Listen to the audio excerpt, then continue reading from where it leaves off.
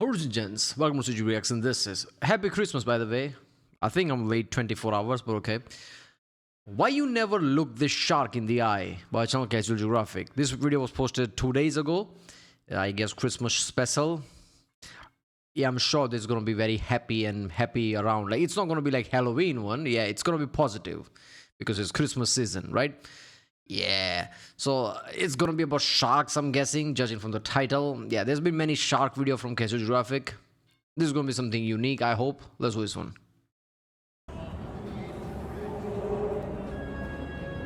To be fair, I'd pump fake the higher power and anticipate being devoured if I ever saw that in the water with me, let alone in Long Island, at least if I didn't know what it was. So here's some thresher shark propaganda, because there's honestly nothing to fear. And I mean that more for him than you. This shark needs a lot more reassurance than you do. The thresher shark has been out here threshing for over 50 million years, and they spent all of it looking like they really need an adult. Search up social anxiety with gills, you will get a literal baby shark. They're physically designed to be Yeah, why does it look like it's probably the eye, right? It's the eye, like, okay, it's like, can we get an adult, like, to guide this shark? Like, it just looks like a kid, right?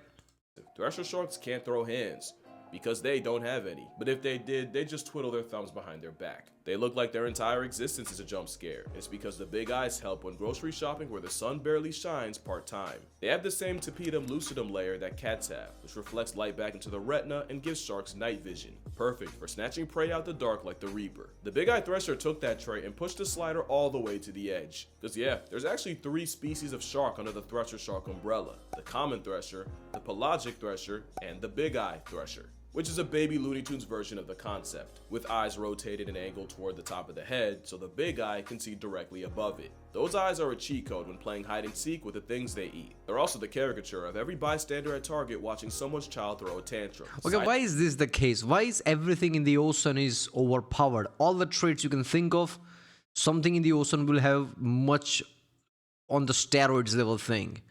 Or cats have that vision. Yeah, this thing has 10 times as more because it's in the ocean. Any stat you can think of that ground animals have, ocean animals gonna have 100 times better. I guess it's the oldest server, that's why, I don't know. Silent judgment, but crippling in action. And even though the eyes are involved with hunting, the tsundere shark is still pretty introvert coded. Threshers are as shy as their headshot would suggest, and there's no verified record of one attacking a human. With how timid they are much more afraid of you and will go after. I mean, there are many still lost humans out there, and just because you don't know doesn't mean there was no attack. Maybe there's nothing left of them. Probably unlikely. Their way not to be perceived, and will even exhibit vertical migrations, where they spend the day posted down in the cold dark abyss only to come up to the surface at night to feed. Hence the enemy eyes, especially for a big eye thresher, which is by far the most suited for life in an everyday bird box challenge. They even have a built-in heat system where the big eye has a network of blood vessels called the rete mirabile, I hope I pronounced that right, which circulates heat to the brain and eyes, and this system allows the thresher to thresh in water colder than a Yeti in a brass bra without having the metabolism of molasses like the Greenland shark. They wait 150 years to get laid. Nothing about them is fast. In fact, I like how the engineer is taken care of. Or how do we solve this problem? Well, we're gonna circulate the heat, and that's how ice gonna work. There you go. Yeah, biology has like evolution has all the engineering figured out. they might as well be the opposite. Where threshers have big eyes for sight, Greenland sharks get blinded by a parasite. And where Greenland sharks are often found where there's polar bears around, threshers can be found in waters worldwide, like under the Atlantic Beach Bridge. But most importantly, where Greenland stomachs have been found with seals, polar bears, and allegedly a human leg, a thresher shark is almost physically incapable of biting you. Their eyes are so big it somehow distracts you from the fact that they have a tiny mouth and some baby-ass teeth too. It's like they were built to be non-confrontational, with teeth that can only really gripe small fish and squid. A mini mouth to go with social anxiety. Yeah, but I think big eyes also is like a threatening point to smart enough creature, smart enough animal. Because they would know big eye means that that thing can see me. So like, I don't know, this is my guess. Judging from all the video from Tier Zoo and Casual Geographic that I've seen, I think animals can be smart enough like that. So like, smart enough animal would try to avoid them because they know they can't sneak up on him. With a mama I true up face. Now a shark is a shark, and nature didn't cook for longer than Saturn's had rings just to make a shark that couldn't defend itself. But it isn't the teeth. It's the 50 Shades of Grey cosplay a normal person would call a tail. That tail is a lot longer than you think, and it's for slapping the absolute daylights out of prey with a nearly 10-foot whip. That tail hits harder than the job market for a comp sci major, yeah. and one hit can incapacitate multiple fish. And once again, that tail is a lot You know how you can like whip a belt or whatever. You can whip that and will like break the sound barrier. This is just that, but like amplifying because of the size of it. Yeah, it would hit insanely high.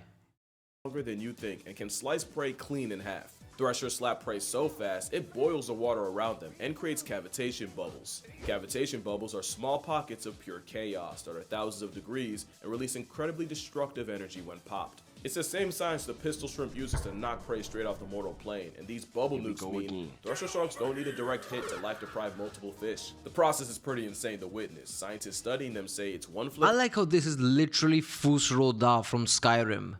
In Skyrim, you use your voice and that creates that. This is using like in water, which is also fluid, just like air, but using whiff to do that. But it has like that effect. Of a tail, followed by a mess of ruptured swim bladders and broken spines, which the thresher shark immediately eats. Don't let the kawaii gubby distract you from the fact that if you're a fish, the thresher can demote you to flesh confetti in 2 camera frames. But the thresher can also package 12 years of prejudice on a person with one hit. There are legends of fishermen messing with a thresher until it swung its tail and took one of their heads off. Now, do I believe a grown man genuinely got his shit smacked smooth off? Not really. But the same power slap Pokemon that's eternal night quill to fish and even some birds. Like, yeah, they will bird strike Tweety right out the air. The level of force it generates, I do like, yeah, probably. Not ripped it from his like body or something, but yeah, probably like, yeah. Could easily knock your teeth out and probably break your neck. But again, there isn't really a record of a thresher shark attacking a person, and if there is, you definitely did something. If you make a shark that looks like a kid caught with a DS under the pillow at 2 a.m. choose violence, you ask for it in everything but writing. He's just a If any ocean creature attacks you, you did something. You're not supposed to be an ocean in the first place. shy shark, but he's not the that's a shy shark.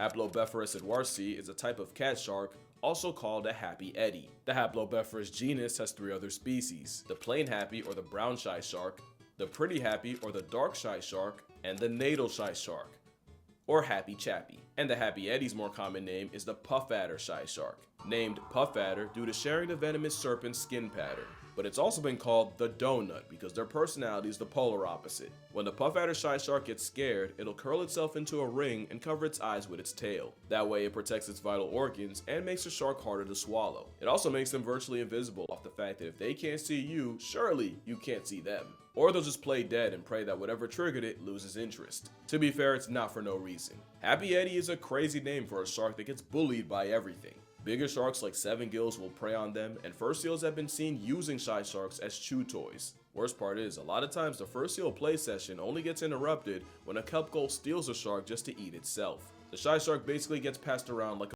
Is it a chew toy for the seals, or is dolphins around? Because that won't be a chew toy after that. Yeah, I think it would be a different type of toy. baton at the Oppression Olympics. Scientists studied the sharks in False Bay, and if they didn't get their heads ripped off by a fur seal or swallowed whole by an avian antichrist, they just end up discarded as a lifeless corpse back into the sea. They also get murked by fishers, who tend to see them as a pest, which is why the puff adder shy shark isn't just shy, it's endangered and only found in waters off South Africa. And to be honest, he should be shy and scared, but not nervous, because we already have one of those. I feel bad for the nervous shark. Even its Latin name couldn't resist throwing astray, which means the shark essentially gets called a punk in multiple languages. Yes. There's nearly 200 species of shark that can be found in That's what that is. I love that. Cautious shark. Yeah, okay. Nervous shark causes a bitch shark. There you go. Shark essentially gets called a punk in multiple languages. There's nearly 200 species of shark that can be found in Australia, and the nervous shark seems to be the only one who knows it, as they're incredibly shy and timid.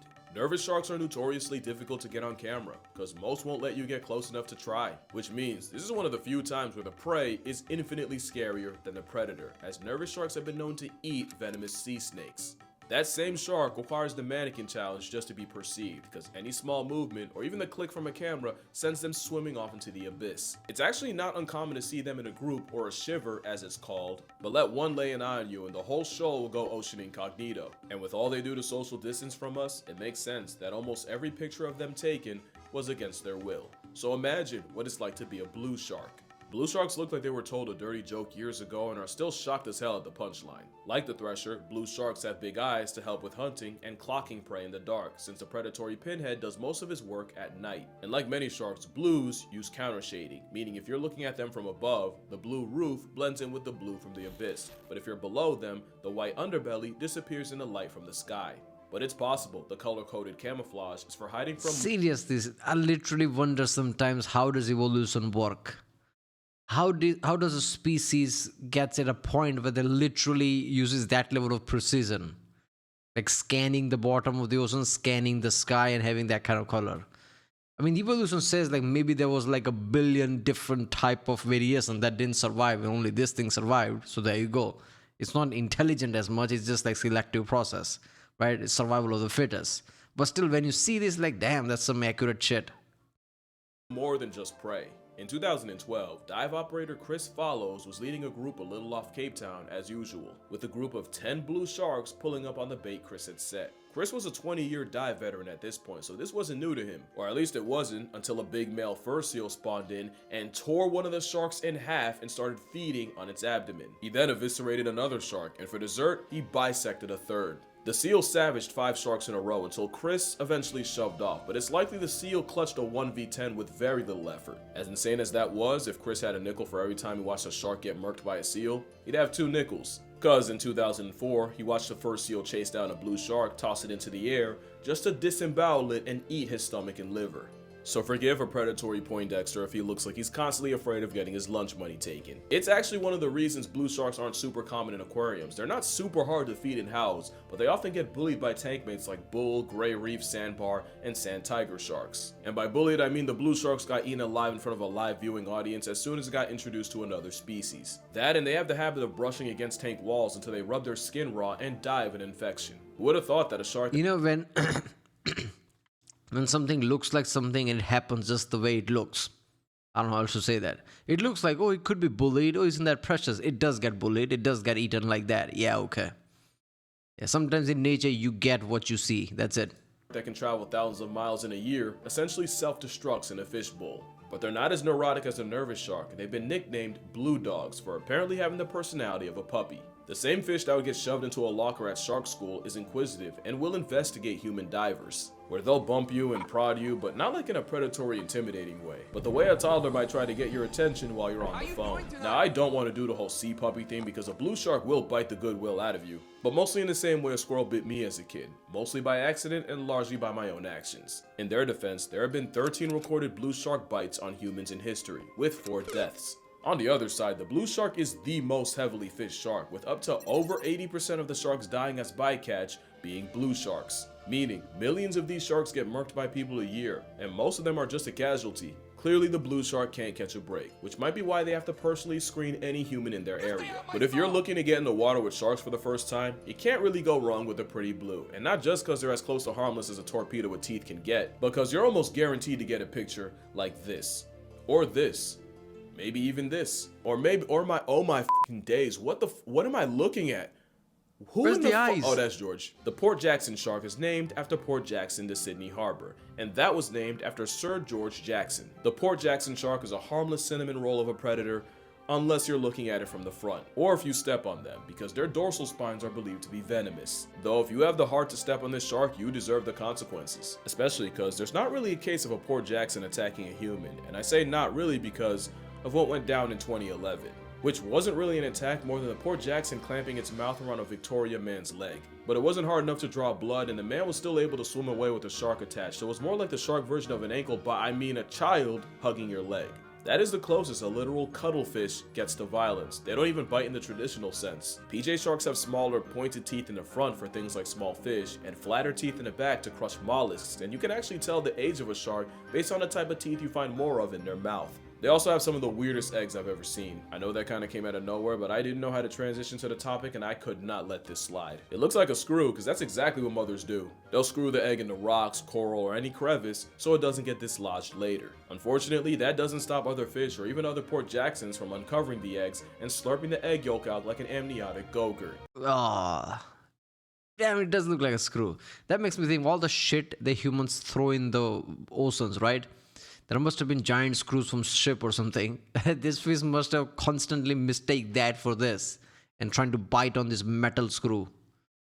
But the main reason I'm bringing George up is because they're so cute it actually makes me angry. I guess that's just cuteness aggression. I aggressively want to protect this shark at all costs. Now again, I don't want to push the sea puppy thing because I believe that could be just as bad for sharks as I don't know if it's the color or not, but is it cute? I mean, it's kind of alright.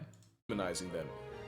But the PJ makes that real difficult with the fact that they can form genuine bonds with people. Rick Anderson is an Australian diving instructor who's been in a nearly decade-long relationship with a shark. Rick met her as a 6-inch freshly hatched Port Jackson pup while leading a diving class. According to him, he just wanted to show his students how friendly the sharks could be and coaxed one of them onto his hand so he could give her a pet. In return, the shark showed Rick just how committed a she shark can be, as she'd be attached to him ever since. Even as a 6-foot adult, she'd actively ignore and swim past other divers just to get her cuddle time with Rick. And no, he never fed her, he never even gave her a name yet, like a homing pigeon. If he was in the water, she'd find him. A beautiful See, this is what makes me think like there are philosophers who say like kindness, morality. Is this just a side effect or a human, like condition and not really think of the nature? Obviously fucking not. Look at this. Every single video you see of many different species, what just like this, cuddling and all that, right? Most predators, when you think about it, and like not just think about it, when you see them being domesticated or at least try to be domesticated, even the tigers and things, they act like cats and puppies and like play around with other animals as well. The animals they would normally hunt in the wild, they're playing with them. So kindness and morality, it might be luxury, but it's part of nature and it's probably default nature. If they can do that, they would do that. But they only result to like a violence and like survival of the fittest and food chain because it's our survival. They only do it then. But if they have comfort, they have food, they've been fed. Like yeah, they're usually kind, right? We've seen them many times with many different things. Even the animals, you would think that these are not smart. Apparently, they are smart enough to do this. Beautiful story. For a shark so adorable, you could just take one and put it in your pocket if they didn't grow to the size of an NBA point guard. Luckily, there's a shark for exactly that, and you'll never guess its name.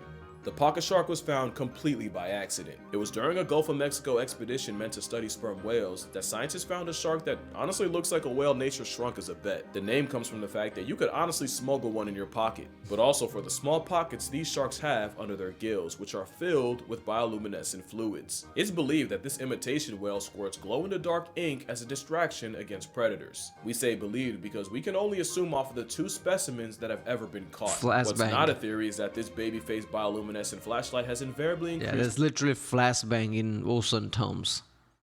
Just bam, throw that and everybody's blind and running away. My will to live.